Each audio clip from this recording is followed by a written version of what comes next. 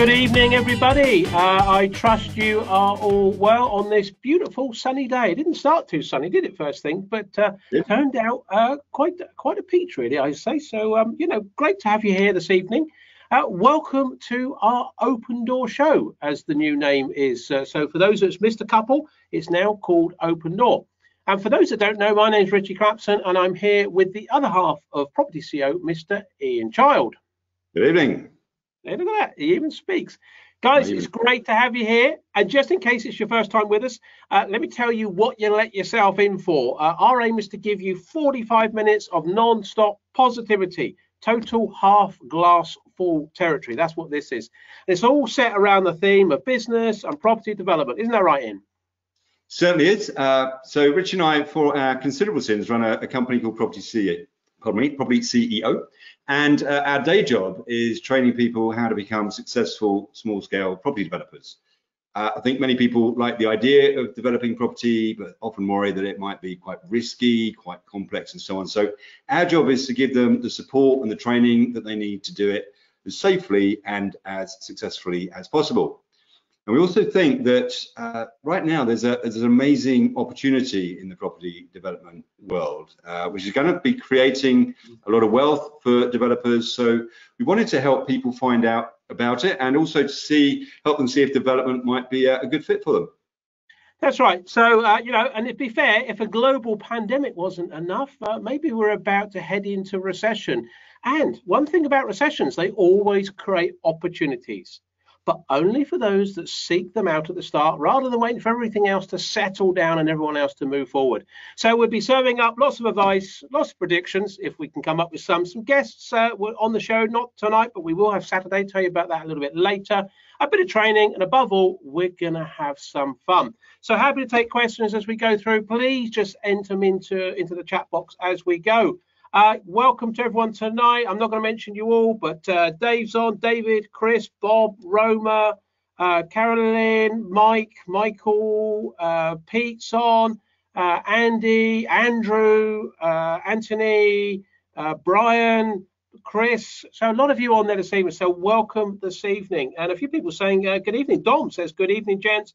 Really looking forward to this evening's session. Dom? Well, actually, Dom has actually also said looking sharp, Richie, which is presumably just a kind of a reference following on from his comments on Saturday about the state of your attire. So, I mean, it is good that you've smartened yourself up a bit. I made a bit of effort, because for those that weren't on Saturday's show, I wore a polo shirt. I mean, it wasn't a cheap one. It was a nice one. I mean, to be fair, if it had been ironed, it would have been a bit better. But I wore a polo shirt. I thought it was okay.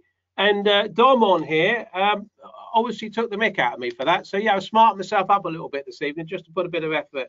And he says the gym membership's paying off as well. Thank you. How wonderful. Don't we just love the banter we get on this show? It's a joy, isn't it? And also, I have to say, you didn't take anybody up on the offer of the makeup lady coming to your Winnebago to give you a little bit of a browning off. You still look pastier than me, but I think that might be the lighting. That's a bit harsh, isn't it? Just saying. Well, yeah. Well, at the end of that, I think it's probably you've just been on holiday. That's all it is. You've got the fake tan or something. You're not allowed to go on holiday, you know, so you shouldn't be going away. That's for sure. That's for sure. But I think it's that we've got two different webcams, so we're going to swap the webcams later and see if Ian looks a little bit pasty, and then if I look like I've got the fake tan on. So we'll see what that does maybe for Saturday. Nina says, good evening, loving the new look. I'm not sure if that's the new look of Ian, or it's the new look because I put a shirt on, or it's Ian's fake tan. Nina, you'll need to clarify, but obviously that's great that you are loving the new look. Great stuff. Guys, put some questions in for us this evening, and we will do our best to answer them in a sensible, logical manner. Right, we've got some questions that have come in the week. So by all means, guys, you can put questions into in the week, and we will pick them up as we go through. And so shall we kick off with a question, Ian? Oh, I think we should. Is it a question for you or for me? I think one for you. So we've got this question here that's come up in the week, and it says, what experience do you need to do smaller developments? So what experience do you need to do smaller developments? Does it help if you're already in property or have done flips before? How about giving that a bit of a response? Okay, so experience in property. Okay, so most people, I think, do start by thinking that when it comes to property development, they're going to be a fish out of water. So, they've got no experience in doing it before. And I think they probably also think that it might be a little intimidating to kind of talk to all these kind of experienced professionals. Yeah, if you've never done a project like that before. I think the trick is not to kind of think of yourself as a kind of newbie developer. It's instead you're kind of thinking of yourself as somebody who's creating a team in order to build a successful project. So I guess an analogy there might be, Alex Ferguson, massively successful at Man United, but he didn't play football for them. Yeah, instead what he did, put together a team that kind of had all those necessary skills to deliver a great result. So that's kind of, I guess, what the developer does. And if you actually think then about that team, think about how much experience, for example, your architect will have, your contractor, your planning consultant, your solicitor, your accountant. We're talking about decades, and we add them all up, probably centuries of experience between them. Why would they work for you? Why would all of these massively experienced people go to work for an inexperienced developer? Well, they only get paid by developers, so and they get a fee rather than some sort of profit share. So even if you make a complete horlicks of it, they still get paid, and they get paid regardless of whether your project kind of sells well. So they're not going to turn down a job because you're a new developer. That's actually the lifeblood. I mean, that's how they ultimately get new business from new developers coming into the market. Do you think that they would be able to knock up a few houses between them with all that experience? Of course they could. They've built probably thousands between them already. Would they build the particular building that you're thinking of building unless you hired them? Well, no. You're the catalyst that's making it happen. So I think one of the easiest ways to kind of think about it and to imagine is that you're kind of, if you're having an extension built on your own home, so let's assume that you've never done it before. So could you do it? Of course, people do it all the time. You first need to go out, find an architect, and you find, well, how would you do that? You might not know any architects, so you might do some research, look around for recommendations. Perhaps you might know some people that know architects, or you can speak to some of their clients. You might speak to 3 or 4 of them before you hire one, and you can do exactly the same thing for the contractor, and so on and so forth. So, and you probably get 3 or 4 contractors to submit quotes. So all of those things are just kind of sort of in the natural order of things that you would ordinarily do as somebody building an extension on your own home. You might also need finance for it. So you might go to the bank and take out a loan to finance it and have to answer all their questions and so on, fill in all the forms and do all the due diligence before they'll agree to lend you the money. And of course, once you've started the project, then you're still involved. You're probably going to sign off on the drawings. The contractor's bound to have some questions during the works, and so you'll answer those because you're effectively the boss, and you'll be monitoring their progress whilst the works are going on. So you kind of use some skills there that you already have. They're kind of generic skills. You could argue they're business skills, organizational skills, certainly people skills, and ultimately decision-making skills, because you're going to be making the decisions as to what direction things go in. Now, property development kind of follows a similar process. Obviously it is different. The projects are larger than building your own extension, and of course you generally sell the end result. And of course there's definitely more risk. I would definitely say it's more risk and there's more complexity. But those kind of core principles are exactly the same. That you're setting out to do something perhaps that you've not done before, but there is a kind of a proven track record and a body of expertise that's out there that is able to do it, and you're simply using those people to make it happen. Ian, I guess we need to mention the role of the project manager at this point. I think we do. Very good point. Yes, project manager, the kind of secret ingredient in many respects, because he or she is the developer's kind of eyes and ears on the ground. So they're overseeing the project on behalf of the developer. And I'll be honest, if you're building an extension, or perhaps you've done some stuff before, like sort of flips, or done some HMO conversions, or so on and so forth, where you've done some perhaps like refurbs on property. Typically, you will be the project manager in those situations. You're the one that has to coordinate everything on site, make sure that everything that should happen does happen.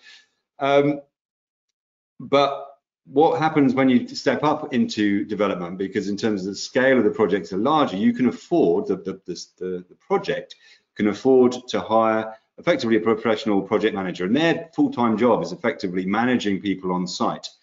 And a lot of developers, or would-be developers, I think, they think about development and they think, well, it's just simply maybe what I've done before in terms of a refurb or a flip, and it's kind of, I'll be the one that's making it all happen. And it seems like a bit outside the comfort zone, stepping up to a bigger site, but actually you've got your eyes and ears on the ground in the form of the project manager. So, and it's kind of great news really, because at the end of the day, they're experts. They are able to hold people accountable on site, ask all the awkward questions that perhaps you might not know how to ask or what to ask yourself. So whilst you're kind of still responsible for the project, and of course you're going to need to make decisions and so on, it's your project manager that will do much of the kind of interfacing with the rest of your professional team and report back to you. So and it's actually a big reason why that kind of small scale property development, it is possible to effectively do it as a developer in your spare time, rather than think I've got to spend every single day going onto the site whilst the project's in development, keeping an eye on everything. You've actually got the PM that does that for you. Blimey, you went on a bit there, didn't you? Look, that's good. But the original question, does it help if you've already in property or have done flips before? What do you say to that? So you're saying I didn't answer the original question? Okay, fair enough. What Don't I said take too long, because we've got another show on Saturday to do. Okay. Landlord skills are different to development skills, but I think it still is an advantage to have them. You certainly don't need to be a landlord to build an extension or to be a developer. You certainly don't need to do buy-to-lets first and then do HMOs and then do this and then do that before you eventually end up in development. And that's the message that we've talked about before. But I think it certainly can help you with credibility. People can see that development is perhaps a natural extension of your property investment kind of business and brand. And of course, development is a pretty broad category. So you could argue that doing refurbs or conversions, HMO conversions and so on, just setting up buy-to-lets is development, property development of sorts. But I would say it helps, but it certainly isn't essential. And it's pretty worth remembering actually that commercial lenders don't just check out you when they lend money on a project. They check out the team, and they certainly check out the deal as well. So you're not actually the most important part in a way, because whilst you do keep the lion's share of the profits, you're not actually doing that much when it comes to what's happening on the ground. So no, in summary, I'd say you don't need to be a landlord before you do development, but you can certainly leverage that your bio and your history in order to build your credibility if you have. Great stuff. And just a few other people joining us. So Charlotte Roma, welcome. Becky's on, welcome. Jess, Karen's joined us. So good evening to you all. Graham's joined us. So thank you for coming on this evening. If I haven't given you a shout out, I do apologise, but I can't read every name, can we? I wouldn't do anything. I'll be looking at this screen all night, not looking at you. We've had a follow-up question from Anthony, which you probably partly answered, Ian, and I don't want you to go off again, but it's how easy is it for new property developers to borrow money from the banks? Do you want to? Okay. Yeah, it's okay. Again, just going back to that point that it isn't so much about you specifically. It is. It's also about the project itself. So if the project doesn't stack up and the numbers don't work, then they're not going to lend you any money. It's also about the credibility of your team. So particularly people like the contractor. And their kind of financial strength. Have they done that sort of scale of project before, and so on and so forth? What's their CV looking like? So it's a combination of factors. I think what tends to happen, and again, the same rules apply. People in the property development world need new developers to get into property development to make sure that when the old developers stop developing, there's somebody to kind of continue the business. Otherwise, let's be honest, everybody that's affiliated to development would simply, their businesses would die. So everybody welcomes new developers coming into the market.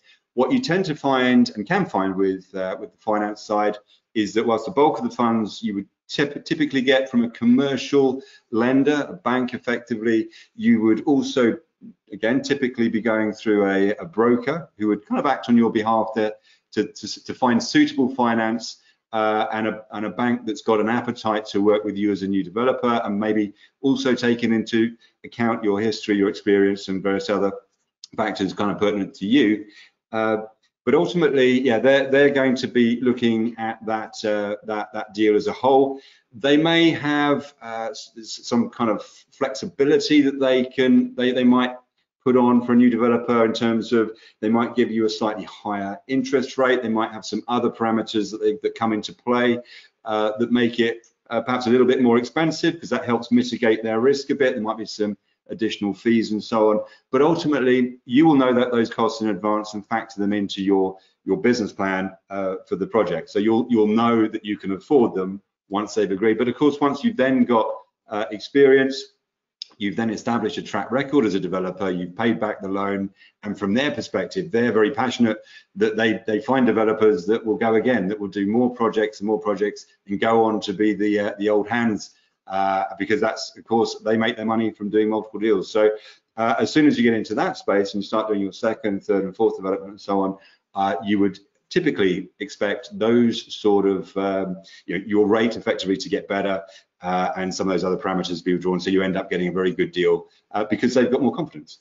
Yeah, I think to be fair, Anthony, as well, we've had students that have got some cracking deals, and straight out the blocks they've got some really good interest rates. They've not been penalised in any way at all. If the deal's good and you can show credibility and branding, and there is a way you have to do that. If you get that wrong, quite often you've only got one chance of going in with these brokers and these funders. So if you pitch yourself wrong in the first place, often, you know, that's you're in there. They know what you're about. You come back with a different image, it doesn't always work. So what it is, Anthony, it's about getting your branding, your credibility, packaging you up in the right way to get that. And when you do that, and say, we had a student, and I was gobsmacked with the same lender that I'd been to on a project. He actually got a slightly better deal. I mean, rates have dropped a little, but actually got a better deal than what I just got, which I was, yeah, I was happy for him. But you know, so the thing is, as Ian said, it's very much about the deal. So hopefully that's quite useful question that's come in about getting into smaller developments and raising the money. Right, we've got a question that also came in from Ritesh. So I just want to pick up on this one. So how much emphasis, just reading this off the screen, would you give to the government's R value when considering development? Really good question, this. London is 0.4. This is what he says. I'm not sure whether these figures are absolutely correct. North is 0.75. So he's saying, you know, what emphasis should we do as developers to think about, well, there's an R value here, and you know, so what does that mean? Does that mean we shouldn't be developing in the north because the R value is getting closer to 1, and that's going to be a problem? What if the R value goes over 1? It's at 1.5 in the Midlands, you know, or in the south? What do we do? Do we not develop in those areas?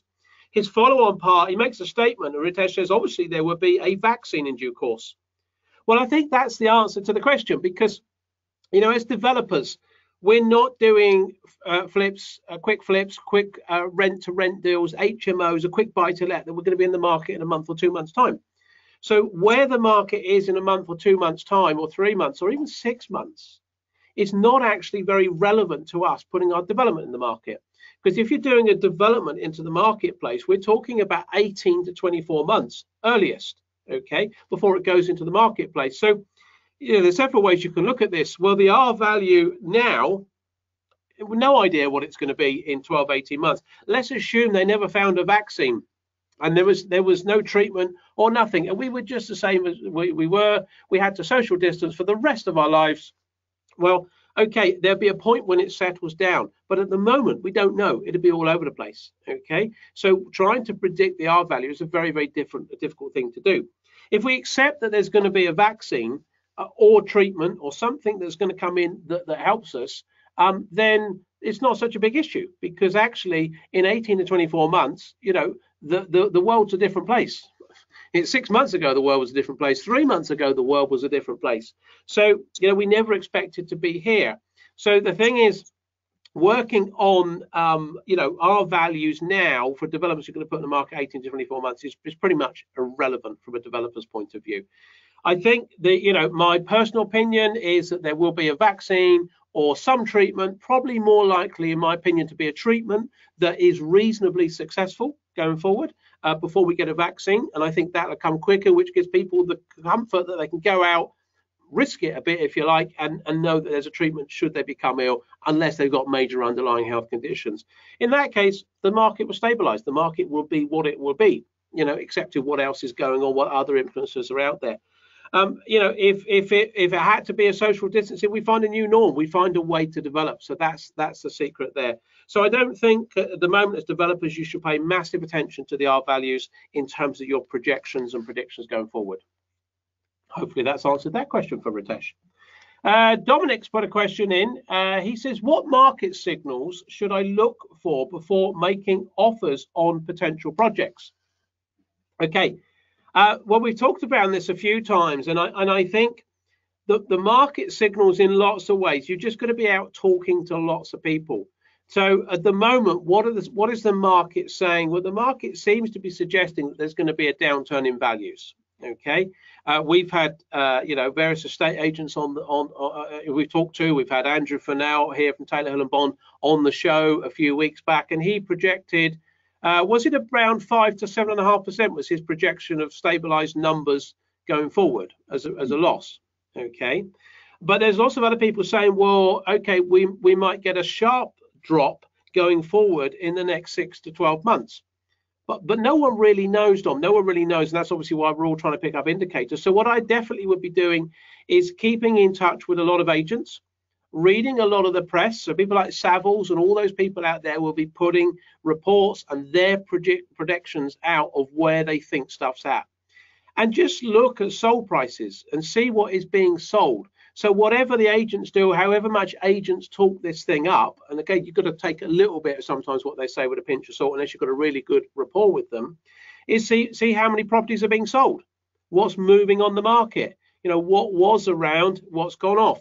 Now, we have a process when we train people that we show them how to do that with one of our processes. The MAC report, you can look at sold prices, how quickly things are moving. So Dom is one of our students, some won't know, but Dom, that's what you need to be using. If you're using the MAC report, looking in areas, continuously analyzing that, you'll start to see movement in the market. Okay, now that might be the residential market. Well, that's a bit of a signal to see where things are going. Now, you'll be looking at the commercial market. The commercial market, I think, is really interesting because the actual fallout from this current problem is going to take a while, because at the moment, whilst people are being furloughed, companies are not feeling the pain. Okay, they're going to feel the pain extremely when they've got to start, re-engaging the business, and the business is likely to be different than what it was before they furloughed the staff. The marketplace is probably different for a lot of businesses. So what we don't know yet is what opportunities are coming to the market. So what I will be doing is monitoring how many opportunities are coming to the market. So I'll be continuously looking at that. I don't think there's any definitive answer. I'm just giving you lots of things to look at. So I'll be saying, all right, how many properties are coming on the market? At what sort of level are they on the market compared to what they were, pounds per square foot, per square meter, 3 or 4 months ago? So if you've got some data from there, or the agents will tell you, typically we're down at this level. How quickly are some of those being sold? Maybe even the projects that you're not interested in, but how quick is stuff moving? What about some of the old stock, that was priced at one level that you may have looked at that you discounted? Where's that come down to? So you've got to continuously monitor the numbers. Now, I think there's a point when you have to jump in. Okay, so there's going to be there's no one going to give you a no or a round robin email which says now's the time to buy property as a developer. As entrepreneurs, we've got to make that decision. Okay, so the key thing is you've got to be looking ahead. What it is you're going to be doing in 18 to 24 months when you put it in the market. Really be thinking about that 5 to 7.5% that the commercial agent, the resi agents are saying. That pulls you back to know what you think you can pay for it. Monitoring in the middle the construction prices, and we had a project manager on and we talked about construction prices and where they would be going.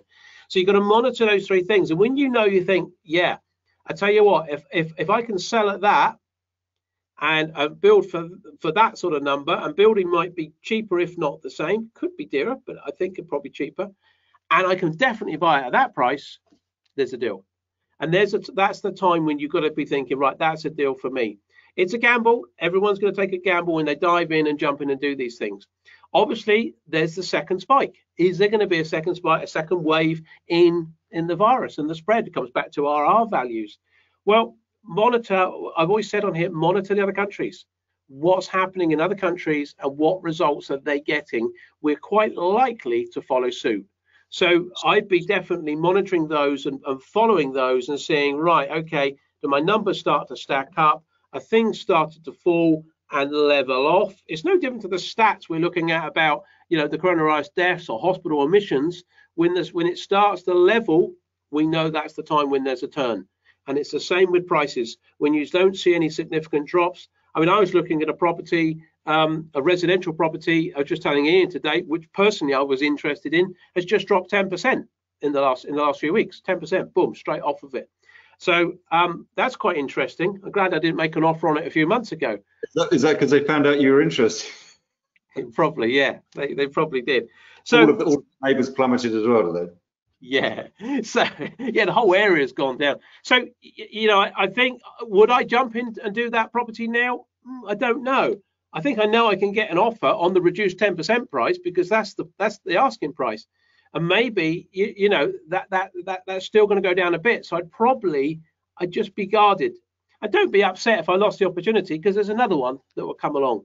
So I think, you know, if we know when that time is, we'll tell you guys. You know, this is what this show's about. We're trying to inform you. We'll bring those experts on. You know, in next weekend, we'll tell you about the end of the show, but we've got a commercial agent coming on. Come on the show on Saturday. Ask the commercial agent, and we'll bring the resi agent back. If you want us to bring the resi agent back, we'll bring it back, or we'll bring a different one back.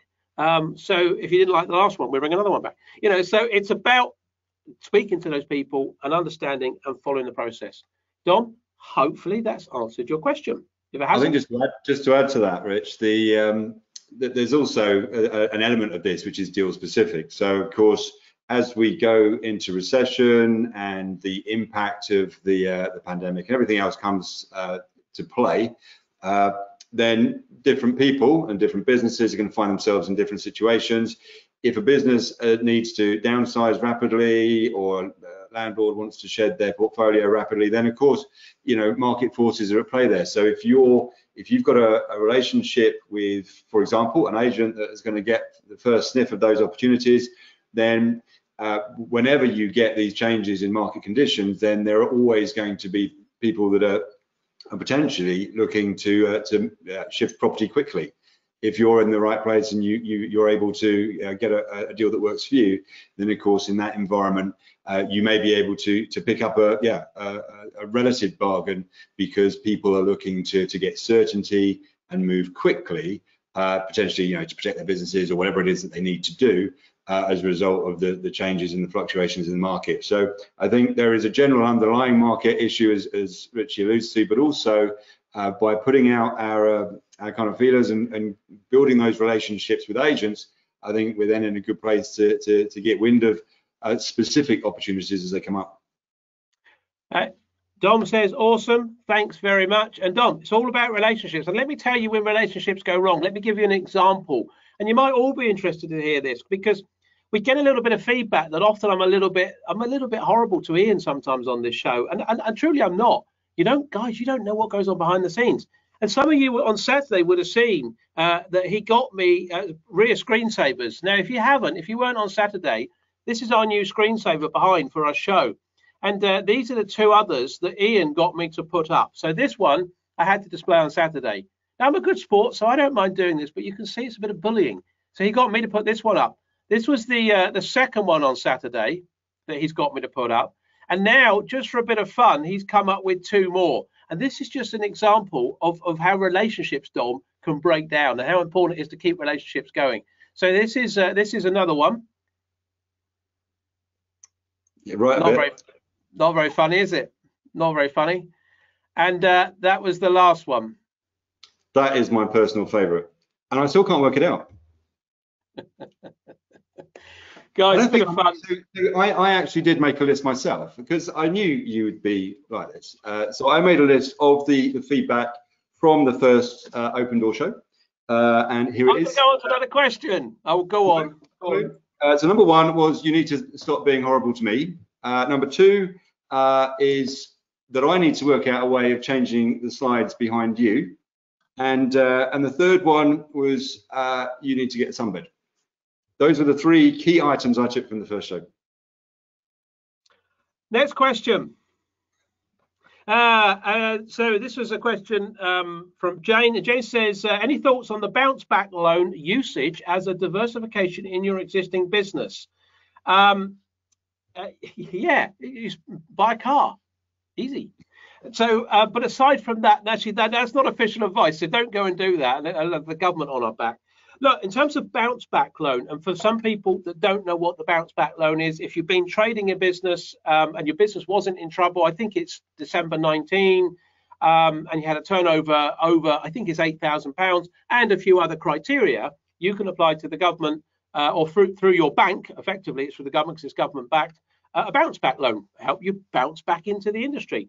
So if you've got a trading business out there, so you might hold a portfolio, you might have another business. I know a lot of you out here are, into property portfolios or developments, have other businesses. I know some of you are thinking about getting into development, so it's early days and you have other businesses. So I don't think there's any scrutiny or guidance on what you can use that loan for. In theory, yeah, it should be for the business. So don't, if you take it out and buy a car, and don't pay it back, then I suspect they'll be after you. That's for sure. But there's no personal guarantees. It's an interesting loan. It's 100% backed by the government. It's at a fixed rate, so the banks are getting, I think, about 2.5%. And there's no personal guarantees with it. It's interest free for a year, and then you pay it back over 5 years. Now, I think if you don't need the money at all, then you shouldn't be going for it. Because the money should be there for others. Having said that, there's probably sufficient money out there. So if you're in a position where you're thinking, right, I don't know where stuff's going. So if I had a portfolio through a limited company and had a reasonable turnover going through that company, I can borrow up to 25% of my 2019 calendar year turnover. So if I had 100,000 turnover, I can borrow £25,000. If I had 200, I can borrow 50. 50,000 is the limit of what you can borrow. It's not to say you're going to get that exact 25% of your turnover, but that's what you can apply up to. The banks, I believe, do a series of checks. How simple or detailed those checks are, I guess it depends on the history that you've got with those banks. Have you always been in credit? Have you been in and out? Have you been in and out of an overdraft? Have you defaulted? I'm sure there's flags that come up. I think if your business has been reasonably stable, it's had some good turnover, you'll find the process is fairly straightforward. We know a number of people who have applied, and with less than 24 hours, they've had the money in their bank, 20, 30, 18 grand straight into their banks as a cash flow.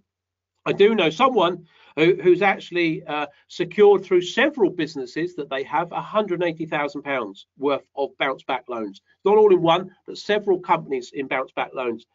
They said we may need it, we may not need it, but they wanted to take this opportunity to have a cash flow in place should they get any further downturn. So what I would say, if you've got a trading business, if you've got another business out there, definitely have a look into it. Maybe have a chat with your accountant. They'll help you out there. But it's all automated online. You won't be able to ring your banks. It's an automated system. You fill in about half a dozen or so questions, and you apply, and you get approved or potentially not approved. So in terms of as a diversification, yes, in theory, if it's in your business and your business is diversifying, no reason why you couldn't use it elsewhere. So we're a training company. We train property developers. That's the space that we work in. If we wanted to borrow some money off the government, and if they lent it to us based on our turnover and criteria, and we could do that in theory, and we wanted to set up a company to train you how to play the guitar, in theory, we could do that. It's a diversification. Is that? I haven't seen that in the business plan. It's not in the business plan as yet, but it's entirely possible. It's entirely possible to do. Okay, next question. Let's have a look. Sorry, just looking down the list of what I've got here. This is another similar question. I think, no, we've had that one. That's similar to that one. So I'm just trying to pick something that's different. Okay, how can a limited experienced person or company, this is from John, deal with any commercial agent and put their case forward in a suitable manner when offering on a unit? Suitable in terms of showing finance or previous history. Okay, that sort of comes back, it circles back. Maybe if I start it in, chip in is if you wish. But it's about very similar to what Ian was talking about earlier, and we're talking about the deal and the credibility and stuff that you build. So the question that John's asking, if you've got limited experience as a developer, company or person, how's that commercial agent ultimately going to take you serious? Well, yeah, the seriousness is about building that team around you. As Ian talked about, it's the architects, it's the professionals, it's the project managers. Build that around you, and we talked about credibility and branding. Build the credibility and branding around you, okay? Wrap yourself in all of that credibility. You'll then be in a position where, forget the finance, come on to that in a sec, you'll better offer and be taken seriously. In terms of the finance, we talked about just now, and Ian clarified the question I think we had in from Anthony, which was about raising finance and how easy was it to raise finance. So we talked about how you could pull that together. Well, part of that process is that you'll probably be able to get a decision in principle. So you could probably get a letter, an offer letter, decision in principle. They often call it dipping. So you might have heard that, oh, we're just going to dip it. So that's a decision in principle you might get from your funders through your broker to say in principle. So if it was Anthony, it might say, yes, in principle, Anthony, we're prepared to lend you £300,000 to purchase building XYZ in so-and-so High Street. You could then take that offer letter, okay, a decision in principle, add it and wrap it up into a presentation. And again, it's how you present and how you offer. These things are absolutely key. How you go, if you get that, again, if you get the process of offering wrong, you probably lost the opportunity. So if you go forward, and this to answer John's question here, in the right way, present it in the right way with the proof of funds from the funders there, the commercial funders, and the credibility and how all the deal stacks up, you will get taken seriously. So it's about wrapping yourself up and presenting in the right way. Anything to add to that, Ian? Probably just to really reinforce that point about personal branding. I think it's an area that a lot of people don't pay enough attention to, and when it comes to the way in which we're perceived, there's quite a lot of it. With property development, there is a small number of important people that we need to impress for sure. People that are going to be participating in the transaction because they want certainty that it's going to go through. Similarly, people that are going to lend us lots of money, they need to be happy and convinced about our credibility as well. And whilst our credibility personally is just kind of part of it, I think there is a lot of groundwork. It's well worth putting the effort in at the front end to get some really good things in place when it comes to things like your website, the name of your business, the way in which you present yourself to the world, and of course that includes your professional team. And so we're able to build a really compelling story that then your kind of brand attaches to, and then when you're putting forward the deal, or in this case, if you're talking to a commercial agent, then there's a good kind of backstory there. You can see that the strength of your team has got some very experienced professionals in it. You can see that the finance is in place. There's lots of positives there, and the fact that you as an entrepreneur have not used this particular team before, well, that's not going to be the determining factor as to whether the deal goes ahead. The reality is, at the end of the day, you have got experience as a business person or as an entrepreneur, as a professional, and you're simply leveraging that team. So I think, yeah, I would just make sure that before you dive in, that your branding, all elements of your branding is kind of up to scratch. Good stuff. Good stuff. Excellent. Hopefully that has answered that question. Nina's thrown another question in. She said, what is the best way to reach motivated sellers in order to get the best possible purchase price on a property? So I'll start with one. Ian can chip in as he wishes, as he does. So I think they're key in terms of getting to them, you've obviously got to find out those businesses, and there's one or two ways to do it. You either go direct, and maybe Ian can just add a few things about going direct in a minute, or you could go through agents. Okay, so if you went through agents, or if we talked about relationship earlier, do you remember I was talking about relationship and the bad relationship that we've got, well, by Ian doing that sort of thing? If you get a good relationship, Nina, and you get it in place with those commercial agents, those commercial agents should will tell you who is motivated, who really needs to get out. Because what's going to happen, they're going to get that vibe. They're dealing directly with the vendors. You know, the vendors have come to them either because they've got a distressed business, or it's a liquidator trying to offload something, or they need some cash in very quickly, so they're offloading some properties. They would tend to say to the agent what their urgency is. So, I say I was interested in a property. I would potentially sell a property to get to that property, and I'd go to the agent and say, look, I need to shift this quick because there's a real good bargain down there, and he knows or she knows that I'm motivated and why, and probably knows my bottom line, more or less. Okay, better than you would, So when you go in, so I think if you can build that relationship with those agents, they're likely to get the low-hanging fruit. That's what vendors are going to do. They're going to go straight into those agents and say, right, I need to offload this. It could be auctions. So auctions generally, Nina, have very motivated sellers in it because it's finite. It's often 28 days, boom, done. That's it. Your deal is certain. And they'll often accept a low price on the certainty of going forward, cash in the hand type of principle. So getting to agents, I think, is really important. You can obviously build those relationships and try and go direct. Any thoughts on that, Ian? Yeah, direct is more challenging for very obvious reasons, because the agent is going to be the person, and the auction house is going to be the person that initially is going to be the funnel point, if you like, where everything comes in. I think what can be quite interesting, if you know specifically what you're looking for in terms of the type of development opportunity, then absolutely you can make you can find some opportunities locally in terms of the property that you like the look of, you think might be of interest, particularly if you're looking in an area where that type of business perhaps has been affected, through what's happening at the moment, or the recession, or whatever. You're going to see potentially a situation there where businesses like that may be looking to do whatever, get rid of their business because of their property to free up cash, or to downsize, or whatever. Then similarly, I guess, as to a relationship with an agent, what you're doing there is having putting a flag up and saying, I'm here. Is there a conversation there that you might be interested in having about your property? And I would say there that a scattergun approach typically doesn't work very well. You want to be a little bit more laser focused than that, rather than kind of we buy property. It needs to be a bit more focused, and there's a certain amount of homework that you can do to kind of have a bit more of a focus in terms of how you do it and where you should look. But there's absolutely no harm in doing it.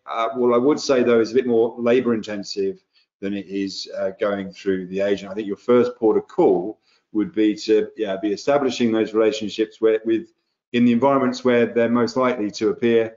The agent is obviously one of them. And so if you've got a good rapport there, then there is every chance that you at least will be getting a phone call when an opportunity like that arrives. I would say that potentially if a quick sale is the thing that's going to be driving the price, then you need to make sure that you've got your ducks in a row in terms of finance and so on, and team, so that you're ready to move and you can be seen and perceived as somebody that's credible and able to move quickly and has some certainty about the deal, because that's obviously going to be paramount importance potentially to the vendor. The only other thing I'd also say about auctions, great places, but proceed with caution. Go to if you're going to investigate auctions, make sure you go to an auction first and see what it's like, kind of experience the environment, and sit very carefully on your hands to make sure that you don't inadvertently scratch your nose and buy a block of flats, because it is a place where people can get, if you're bidding on something, it can be quite an exciting place to be, and that can lead to some poor decisions. And I think we've all seen that happen in the auction room, where the excitement at the moment, people got carried away and bought something, perhaps spending a little bit more than they should have done. So make sure you understand how the auctions work, and go there and sort of see it firsthand before you actually do it for real. But no, both of those opportunities great, and direct as well, absolutely. Guys, thank you for that. We're pretty much on time. We want to always try and finish on time. There's a last question in, is do you think it would be unethical to cut out the agent and go direct to the vendor? The answer is yes, definite. I tell you what we'll do, we'll answer that in a bit more detail on Saturday. I'll hold that one over Saturday, but it's definitely do not cut them out. We'll give you a few reasons why. Andrew says, just to say, Rich, because we've obviously got a commercial agent in on Saturday, so the answer will definitely be no. But we'll answer it again on Tuesday when we haven't got an agent in the room. Yeah, but I think we'll have a chat with him. So Saturday, as Ian said, we've got a commercial agent. We've got Dwayne Walker in. He owns a company called Primrose BAS. They're a Hampshire-based commercial agent. He's the key guy there. He's agreed to come on the show and take your questions. So if you're around on Saturday, please come on the show and ask Dwayne as most difficult questions as you could possibly can. A good friend of mine, and I think that would be really good to give him a bit of a hard time. So yeah, Dwayne's going to be on Saturday. He's a great guy, and he'll be a bit of fun as well. Guys, if you've got any friends who you think would enjoy this show, you know, the positivity, the energy, the straight, honest, you know, no fluff, no BS answers, we just tell you how it is, then please invite them on the next one. You know, we want to grow this community. We'd love to do that. So if you've got any friends, please invite them on. You know, if you're on social media, which I'm sure a few of you are, then feel free to post about the show. We're providing us reasonably good stuff, you know, obviously post about how horrible Ian is to me, but please post on the show. That'd be good. We also have a closed Facebook group for property people and business owners. So if you're interested in that and you're not in that group, then please send me a message on Facebook, link up with me on Facebook, and then I'll send you a link to it. Can you remember what it's called, Rich, this time? Yeah, I can. Yeah, I can. It's business owners creating wealth through property development. Very good. You've been practicing, haven't you? Yeah, and I've written it down, so I know everything. Guys, thank you very much. Hopefully you've enjoyed that. We'll see you Saturday. So, you know, I hope you enjoyed it. Yes, they're putting it in. Good show, says Dom. Thanks very much. Catch up next time, Dom. We will. Deb says, thanks very much, gents. Oh, Richard and Deb's. Ha-ha. But best not to mention it on Saturday, there, says Nina. Yeah, Ian says that. No, I think we should, Nina. We should mention it. Thank you, guys, says Anthony. Chris says, thank you, Ian and Richie. Great time tonight. Thanks. Great stuff. Loving the book, says Karen. Oh, by the way, Dom says he's got his book. I saw that earlier. And David says thank you. And Michael says grazie. Guys, thank you very much. Enjoy the rest of your evening. Look forward to seeing you on Saturday. Okay, bye.